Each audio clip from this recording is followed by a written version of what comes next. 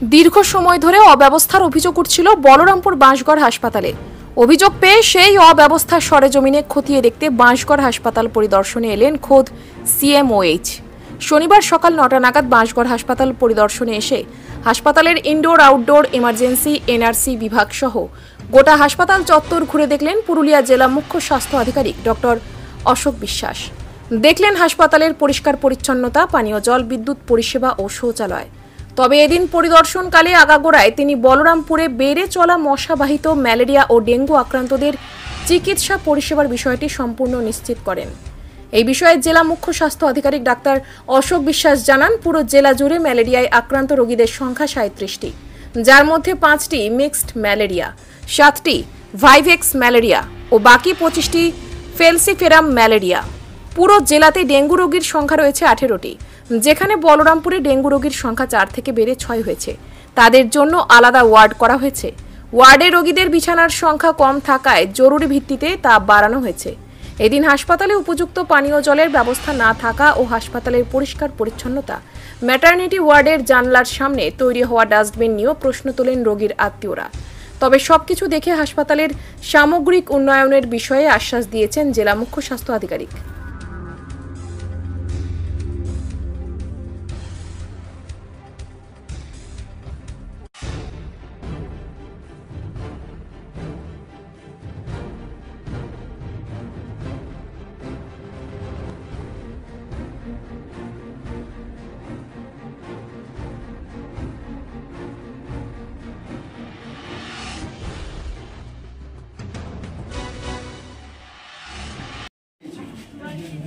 কার জ্বর হলো?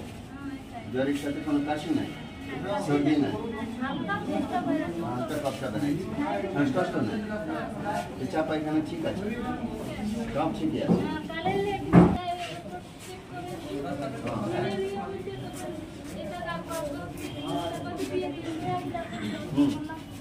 আচ্ছা,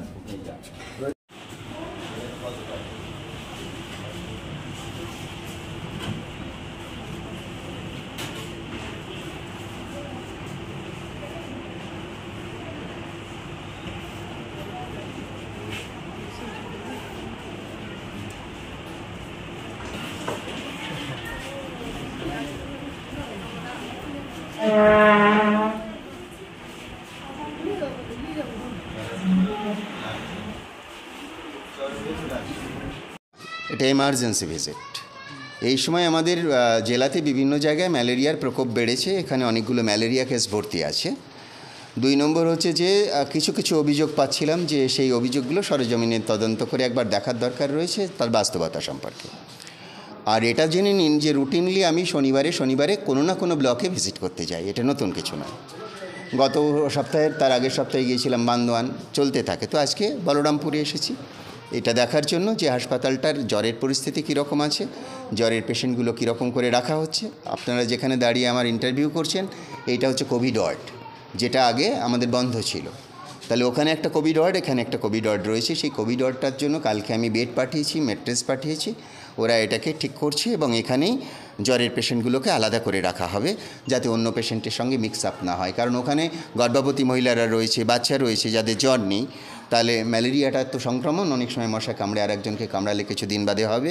তাই জন্য এই রুমটাকে চালু করার জন্য আমার বিএমওই সাহেব এবং তার টিম এটা চেষ্টা করেছে। না, একটা দুটো তিনটে কোয়েশ্চেন একসাথে হয়েছে। ম্যালেরিয়াটা আগে জবাব দিই। এই মুহূর্তে আমার ম্যালেরিয়া ভর্তি রয়েছে মোট 37টার মধ্যে হচ্ছে 5টা হচ্ছে মিক্সড ম্যালেরিয়া রয়েছে, মানে বোথ ফ্যালসিফেরাম এবং ভাইভ্যাক্স রয়েছে। 7টা রয়েছে ভাইভ্যাক্স, আর বাদ বাকি 25টা যেটা রয়েছে সেটা হচ্ছে ফ্যালসিফেরাম।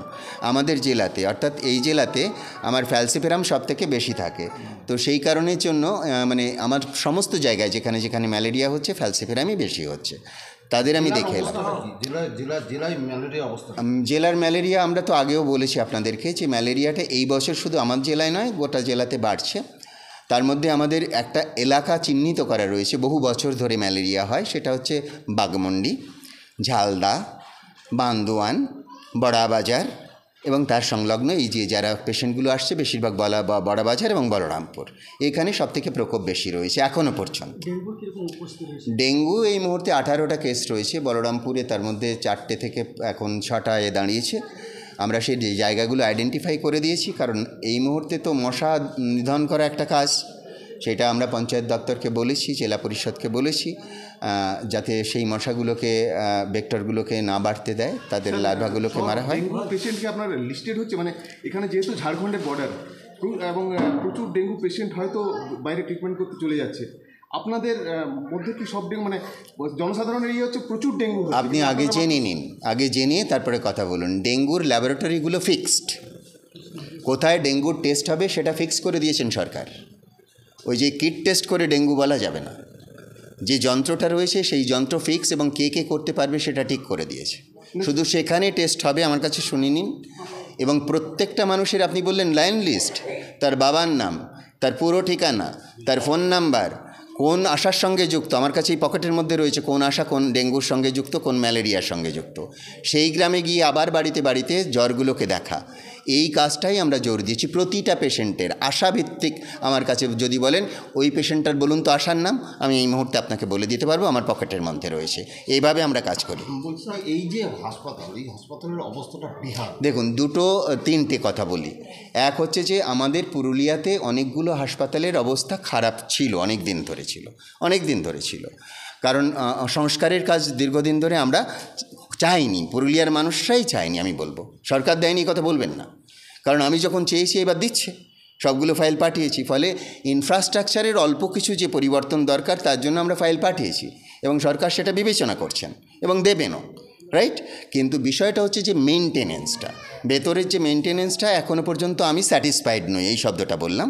কী কী করতে হবে সেই নির্দেশ আমি অলরেডি আমার বিএমওএসকে দিয়ে দিয়েছি। হসপিটালে আউটডোরে বহু সংখ্যক রোগী আসেন, কিন্তু প্রয়োজনের তুলনায় ডাক্তার একটা থাকে, মানে একটা আয়ুর্বেদিক ডাক্তার, একটা জেনারেল ডাক্তার, আয়ুর্বেদিক ডাক্তার সেক্ষেত্রে এবং সিস্টাররাও যারা ইনডোরে থাকেন, সিস্টারের সংখ্যাও হসপিটালে কম রয়েছে। বিষয়টা কী ভাবছেন? তার মাঝে একটা এর মধ্যেই আমি কালকে 4 জন সিস্টারের অর্ডার করেছি। পরিস্থিতি অনুযায়ী সরকার ঠিক করে দেয় কত বেডের জন্য কত সিস্টার, আমি বা আপনি ঠিক করতে পারবেন না, এটা আগে থেকে ঠিক করা আছে। এত বেড থাকলে কত ডাক্তার হবে, কত সিস্টার হবে। বলরামপুরের সেই অনুযায়ী দেখলে কোনো ঘাটতি নেই, কিন্তু পেশেন্টের নিরিখে যদি দেখি এর কত 40 বেড স্যাংশন, পেশেন্ট আছে কত আপনি খালি গুনুন তো, 100-র বেশি আছে। তাহলে সেই রকম পরিবর্তিত পরিস্থিতিতে বেডের স্ট্রেংথ বাড়ানোর জন্য সরকারকে আমরা লিখেছি, কারণ আমি আসার পরে সেটা বলেছি, বলরামপুরকে 60 দেওয়া রয়েছে, 60-এর পরে যদি আরও বাড়ানো যায় সেটা বাড়াতে হবে। পানীয় জলের কথা তো গোটা জেলাতে জলের একটা ক্রাইসিস থাকে। এই মুহূর্তে আমি জল নিয়ে ওদের সাথে কথা বলছি, জল দপ্তর রয়েছে, আপনি তো জানেন। আমার কথাটা আগে শুনুন, একটা করে যান। জল দপ্তর রয়েছে না নেই? জলটা সেমওইজ দেখেন না পিএইচির সঙ্গে সেমওইজ দেখেন? আমরা মিলিতভাবে দেখি, পঞ্চায়েত মিলে দেখি। তো জলের এখানে ক্রাইসিস আছে, জলটা যাতে নষ্ট না হয় এবং পরিষ্কারভাবে জল দেওয়া হয় সেই বিষয়টা রয়েছে। এখন আমি দেখলাম এখানে জল রয়েছে, এই মুহূর্তে জলের কোনো অসুবিধা নেই। বাইরে একটা ট্যাঙ্ক রয়েছে যেখানে জলের ব্যবস্থা থাকার কথা, কিন্তু জল নেই। ঠিক আছে, আপনারা যে অভিযোগ করছেন আমি তো বললাম, আমি নিজের চোখে তো দেখতে পাচ্ছি, সবগুলো তো আপনাদের সঙ্গে বলবো না। কী কী করবো সেটা আমি, এখানে একটা সমিতি আছে, block health and family welfare সমিতি, সেখানে সভাপতি পঞ্চায়েত সমিতি রয়েছেন, সেখানে বিডিও সাহেব রয়েছেন, সেখানে বিএমওএস রয়েছেন, সবাই মিলিতভাবে হাসপাতালটা শুধু স্বাস্থ্য দপ্তরের নয়, আমাদের সব দপ্তরের হাসপাতাল। ফলে তার উন্নয়নের জন্য যে যে জায়গায় ঘাটতি রয়েছে, যেমন স্বাস্থ্য দপ্তর থেকে দেওয়া হবে, অন্যান্য দপ্তর যারা রয়েছে এখানে কাজ করছেন সেখান থেকেও আমরা সাহায্য নিচ্ছি। যেমন জেলা পরিষদ কী সুন্দর একটা বাথরুম তৈরি করে দিয়ে গেছেন মেল এবং ফিমেলদের জন্য, আমরা সেটাকে মানে স্বাগত জানাচ্ছি, ধন্যবাদ জানাচ্ছি এবং সেটাকে আমরা খুব দ্রুত খুলে দেওয়ার ব্যবস্থা করছি। আপনারা যেটা অভিযোগ করছিলেন, তো দেখুন যে কোনো একটা ইনস্টিটিউট চালাতে গেলে অভিযোগ থাকবে তো, আপনার সংসারের মধ্যে নেই, আমার সংসারের মধ্যে নেই, চালাতে গিয়ে সবার মানে চাহিদা কি যোগান অনুযায়ী একটা অনুপাত থাকবে তো। আমার থাকার কথা 40টা বেড, আমি পেতেছি 100টা বেড, তাহলে তার ফলে একটু ক্রাইসিস হয়েছে। সেটা আমরা এই মুহূর্তে ওভারকাম করার জন্য আমি বেড পাঠিয়েছি, ম্যাট্রেস পাঠিয়েছি, সিস্টার পাঠিয়েছি। ডক্টরের এখন এই মুহূর্তে অভাব নেই, ওরা যেভাবে আমি বলবো সেইভাবে করবে এবং প্রতিনিয়ত আমার সাথে যোগাযোগ রাখবে। এখানে একটা অভিযোগ যে পেশেন্ট পার্টি যারা বলছে তাদের এখানে অধিকাংশ ওষুধই বাইরে থেকে কিনতে হয়, সেটা আমার কাছে নজরে এসেছে। আমি ডক্টরদের সঙ্গে আলাদা করে কথা বলছি এবং